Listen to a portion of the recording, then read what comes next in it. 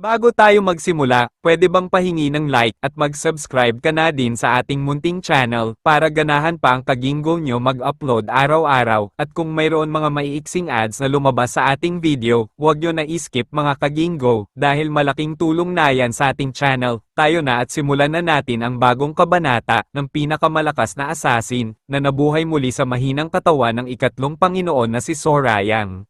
Sa nakaraang kabanata, nagsimula na ang mainit na labanan sa pagitan ng mababangas na Blood Wolf Squad at ng Guardian Court 3rd Squad, na pinamumunuan ni Dompil, kasama ang Delivery Squad sa ilalim ni Juhwa.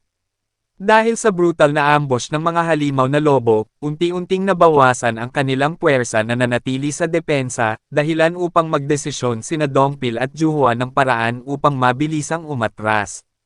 Ngunit kahit gustuhin nilang mag-retreat ay naipit sila sa labanan at walang bukas na pagkakataon para i-distract ang kalaban. Sa taas ng bangin, nanatili sina Jung Il-ryong at Yul Liang at tahimik na pinapanood ang madugong laban. Ang bawat pagkilos ng mga lobo at mga taga-demon cult sa ibaba ay naging tila eksena ng isang larong straight gear sa mga mata ni Jung Il-ryong. "Oo, interesante yan," wika niya habang nakamasid kay Dompil. Kahit mukhang kulang pa siya sa karanasan, mabilis niyang nailatag ang defense formation. Ngunit gaano kaya sila tatagal laban sa Blood Wolf Squad? Kumpiyansa siya sa panalo ng kaalyado niya. Sa baba, nagsisimula ng kapusin si Juhwa habang walang humpay siyang lumalaban sa mga halimaw. Sa bawat atake niya, napapansin niyang parang nag-a-adapt na ang mga lobo, na-predict na ng mga ito ang kanyang mga galaw, na mas lalo pang nagpapahirap sa sitwasyon. Bawat laban ay tila nagsasabi sa kanya na hindi sapat ang kapangyarihan niya laban sa mga nilalang na ito. Nang makita ni Dompil ang kalagayan ni Juhwa, agad siyang tumalon mula sa kanyang pwesto at lumapit sa kanya. Sa isang iglap, naglabas siya ng isang napakalakas na teknik. Heart-wrenching Return to Heavens. Isang malakas na sinag ng enerhiya ang biglang sumabog mula sa kanyang espada, hinahati sa dalawa ang mga lobo na nadaanan nito. Sa isang iglap, nagkalat ang katawan ng mga nilalang sa harap nila. Ang gulat at takot na naramdaman ni Juhwa ay napalitan ng paghanga habang nasaksihan ang kapangyarihang taglay ni Dompil. Napakalakas ng sword aura niya. Aniya sa kanyang isip. Ngunit sa kabila ng kanilang tagumpay na atake, kitang-kita ni Juhwa sa mukha ni Dompil ang matinding pagod. Bawat galaw niya ay mabigat, at alam ni Juhwa na hindi pa tapos ang laban. Agad niyang naisip na hindi sila maaaring magtagal sa ganitong sitwasyon. "Huwag kang hihiwalay sa formation," paalala ni Dompil sa kanya na may kasamang seryosong tono. Bagaman nakakita sila ng pansamantalang ginhawa dahil sa atake ni Dompil, dama ni Juhwa ang panganib na patuloy na bumabalot sa kanila. Napansin niyang unti-unti nang humihina ang kanilang leader. Isang tagumpay ang nakuha nila, ngunit alam nilang hindi pa tapos ang laban, at sa bawat minuto, dumadagdag ang posibilidad ng mas malalang counter-attacks. Namanghaman si Juhwa sa nakita niyang kapangyarihan, napuno rin siya ng takot at pag-aalala. Sa likod ng bawat tagumpay, may kapalit na pagod at panganib. At sa bawat nalalagas na mga lobo, alam nilang babalik ang mga ito ng mas malakas at mas mabangis pa. Maya-maya, biglang napaluhod si Dompil at napasukan ng dugo. Dahil sa matinding paggamit ng sword aura, halos maubos ang kanyang inner energy. Habang hirap siyang huminga at hindi napolido ang kanyang demonic energy, naiisip niya, ano na ang gagawin ko? Pagod na ang lahat, at hindi sapat ang puro depensa. Kailangan naming makaalis dito ng buhay. Sa desperasyon, sumigaw si Dompil, "Buksan niyo ang formation. Tumakbo kayong lahat. Mag-spread out kayo at tumakbo ng pinakamabilis hanggat makarating sa branch natin." Nanunood mula sa itaas, napabuntong hininga si Jung Il-ryong, na dismaya sa naging desisyon ni Dompil. Napaka-boring ng pinili niyang desisyon. "Pero ngayon, ano na ang gagawin mo? Mas malalakas sila kaysa inaasahan, at sugatan na rin ang mga lobo." Kahit sugatan at pagod na, mga miyembro pa rin sila ng Demon Cult. Kung hahayaan natin silang makabalik ng buhay, magiging masalimuot ang kahihinatnan nito. Kinakausap nito si Yul Liang sa susunod niyang hakbang. Sa puntong iyon, hinamon ni Jung Il-ryong si Yul Liang na ipakita na ang kanyang lakas bilang tagapagmana ng Southern Savage Beast Palace. Napuno ng determinasyon ang mga mata ni Yul Liang. Agad siyang bumaba sa bangin, diretsyong tumungo kay Dongpil. Habang tumatakbo, naramdaman ni Dongpil ang matinding bloodthirst at napagtanto na hindi isa sa mga lobo ang paparating, mas malakas ito. Nilinggan niya, at bago pa siya makaiwas, inatake na siya ni Yul Liang gamit ang ulo. Tumama ito sa tiyan ni Dongpil at tumilapon siya sa malayo. Nang makita ito, nag-alala si Juhwa at ang iba pang mga kasamahan para sa kalagayan ng ikatlong pinuno. Ang kanilang leader, na kanina lamang ay nagbibigay ng pag-asa sa kanila, ngayon ay nasa bingit na ng kamatayan. Napagtanto ni Juhwa na ang bagong kalaban, si Yul Liang, ay hindi basta-basta kundi isang master martial artist. Sa isip niya, kailangan ko siyang pigilan kahit anong mangyari. Kaya agad niyang ginamit ang kanyang moonlight technique habang nakatalikod ito, at pinagyelo ang braso ni Yul Liang. Ngunit ngumisi lang si Yul Liang, lumingon siya kay Juhwa at mabilis na nabasag ang yelo sa braso niya. Parang larong pambata lang sa akin ang ganitong klase ng martial arts. Sabi niya nang may panunuya. Nagulat si Juhwa, hindi makapaniwala na napakasimple lang para kay Yul Liang sirain ang kanyang martial arts. Bago pa man makareact si Juhwa, mabilis siyang tinuhad ni Yul Liang sa sikmura. Napasok siya ng dugo mula sa matinding impact. Habang nakatingin mula sa itaas, sabi ni Jung Il-ryong, wala pala siyang binatbat. Mukhang bumaba na ang kalidad ng mga mandirigma ng Demon Cult. Hinawakan ni Yul Liang si Juhwa sa buhok, itinaas ito at sinabi, maganda ang naging reaksyon mo. Inikat mo ang katawan mo bago kita matamaan sa critical point. Pero makinig kayo ng mabuti. Ngayon binalingan niya ang mga miyembro ng delivery squad na halatang nag-aalala para kay Juhwa. Kung ayaw niyo siyang mapanood na makain ng buhay, wag na wag niyong subukang tumakas o isipin man lang na gawin iyon. Ang mga miyembro ng delivery squad ay halatang takot at hindi alam kung ano ang kanilang gagawin. Si Juhwa, na dating malakas at matapang, ngayon ay walang laban at nasa bingit ng kamatayan. Matapos sumenyas ng suntok sa ere, inutusan ni Yul Liang ang mga lobo na tumigil at mag-standby. Sinuri niya ang kanilang kalagayan. Higit 10 sa inyo ang napatay ng mga insektong to. Tanong niya, halatang galit. Bumaling siya sa mga kalaban at nagpatuloy, aba, magaling din kayo. Marami rin kayong napatay mula sa mga lobo ko. Siyempre, kaya ako namang magpalaki ng mas marami, pero hindi ako ganon kabait para makalimutan agad na maraming panahon at effort din ang ginugol ko sa pagpapalaki at pagsasanay sa mga yan. Hinailan niya ng mas malakas ang buhok ni Juhwa, dahilan para mapasigaw ito sa sakit. Ang substitute commander, bagaman alam niyang wala siyang laban, ay mabilis na itinaas ang kanyang espada at matapang na sinabi, hayop ka, pakawalan mo siya ngayon din. Sa halip na sumunod, ngumisi lang at sama itinuro ni Yul Liang ang direksyon ng substitute commander upang sinenyasan ang isa sa mga lobo.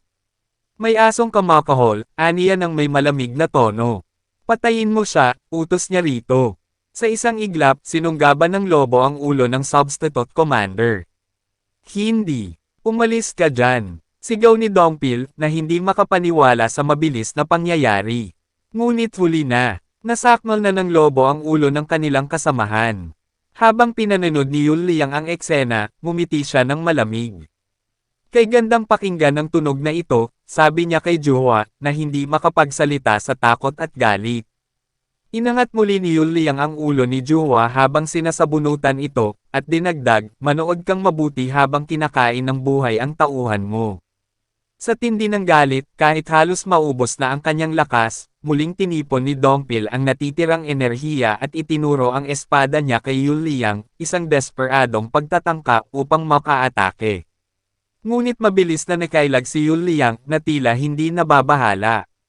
Nakangisi ito at inisip, mukhang may natitira pa ring lakas itong hayop na ito para makagamit ng ganitong klase ng teknik. Nainis naman si Dongpil dahil hindi niya man lang nadaplisan ang kalaban. Napagtanto niya ang katotohanan, nako, yun na ang huling atake na kaya kong gawin, sabi niya sa sarili, unti-unti nang nauubos ang kanyang natitirang pag-asa. Bago pa siya makapag-isip ng sunod na hakbang, mabilis na sinunggaban ni Yul Liang ang kanyang leeg gamit ang isang kamay at itinulak pabagsak sa lupa. Inaamin ko, determinado ka nga. Sabi ni Yuliang habang dinudurog ang pag-asa ni Dongpil. Umagos ang dugo mula sa ilong at bibig ni Dongpil, at sa gitna ng kanyang sakit, natanto niya ang kalupitan ng sitwasyon. Ang lakas ni Yuliang ay higit pa sa inaasahan, at dahil kahit isang first-rate martial artist ay walang laban sa kapangyarihang ito, kahit na ang gamit lang niya ay external arts. Mamamatay kaming lahat dito kapag di kami nakatakas. Sigaw ng isip niya, ngunit wala siyang magawa. Nakulong siya sa mabigat na kamay ni Yuliang na walang pakundangang kinaladkad siya sa lupa, hawak pa rin sa leeg. Nang tila sawa na si Yuliang sa kanyang pagpapahirap, inihagis niya si Dongpil palayo na para bang isang papel lang. Samantala, si Juhwa at ang iba pang mga kasamahan ay nag-aalalang nanood sa kalunos-lunos na pangyayari. Parang nawala na ang anumang pag-asa. Dahil ang pinakamalakas sa kanilang grupo na si Dongpil ay bagsak na at wala ng malay, iniwan silang tulala at walang kasiguruhan kung paano nila haharapin ang isang kalaban na tila hindi naaapektuhan ng kanilang mga atake.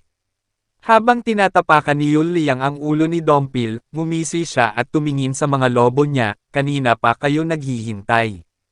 Panahon na para kumain. Sabi niya, tila nag-e-enjoy sa bawat sandaling iyon ng pahirap. Naalarma si Juhwa, at alam niyang wala na silang ibang pagpipilian. Walang laban ang natitira nilang mga tauhan sa mga halimaw na kasamaan ni Yuliang, lalo na sa kanya na walang hirap na tinalo si Dongpila. Kailangan nilang magdesisyon agad para mailigtas kahit ilan sa kanila. Sumigaw siya, tumakbo na kayong lahat. Kailangan nating alertuhan ang Demon Cult sa nangyayari. Ngunit bago pa makaalis ang iba, itinaas ni Yuliang ang kanang palad, handa nang ibigay ang huling utos sa kanyang mga lobo. Maraming pagkain kahit saang panig para sa inyong lahat, aniya. Kumain kayo at magpakabusog. Ang mga lobo, tila nagising mula sa gutom, ay naglalaway at inilabas ang mababangas na pangil, agad silang naghanda para umatake.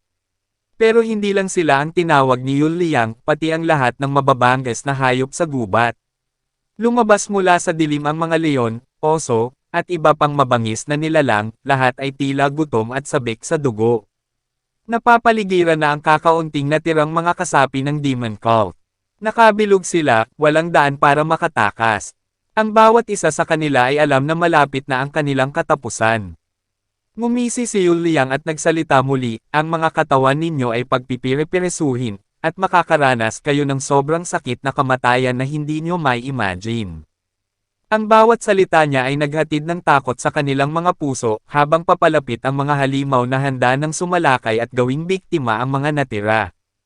Samantala, habang nagaganap ang madugong pagpatay sa mga tauhan ng Demon Cult, si Jung Il-ryong ay nanatiling kalmado, tila nasisiyahan habang nagmamasid mula sa itaas ng bangin, walang pakialam sa kalagayan ng mga nagdurusa sa ibaba. Sa kanyang isip, nagsimula siyang magbulay-bialay, interesanteng tanawin. Ang mga halimaw ng Demon Cult ay nalulupig ngayon ng mga tunay na halimaw. Ang Jiangho, na tumutukod sa mundo ng martial arts, ay tila isang entablado ng mga delusyon at kasinungalingan. Isang swordsman na nagligtas ng pamilya dahil hindi niya maatim ang kawalan ng hustisya, romantisasyon ng magkaibigang mapayapang umiinom sa isang bangka, nagpapakita ng kalmadong tanawin, ngunit ang lahat ng ito ay huwad. Ang Jiangho ay isa lang sa mga mukha ng mundong ito. Habang nagmumuni-muni, tila walang lugar sa kanyang puso ang simpatya o awa para sa mga biktima.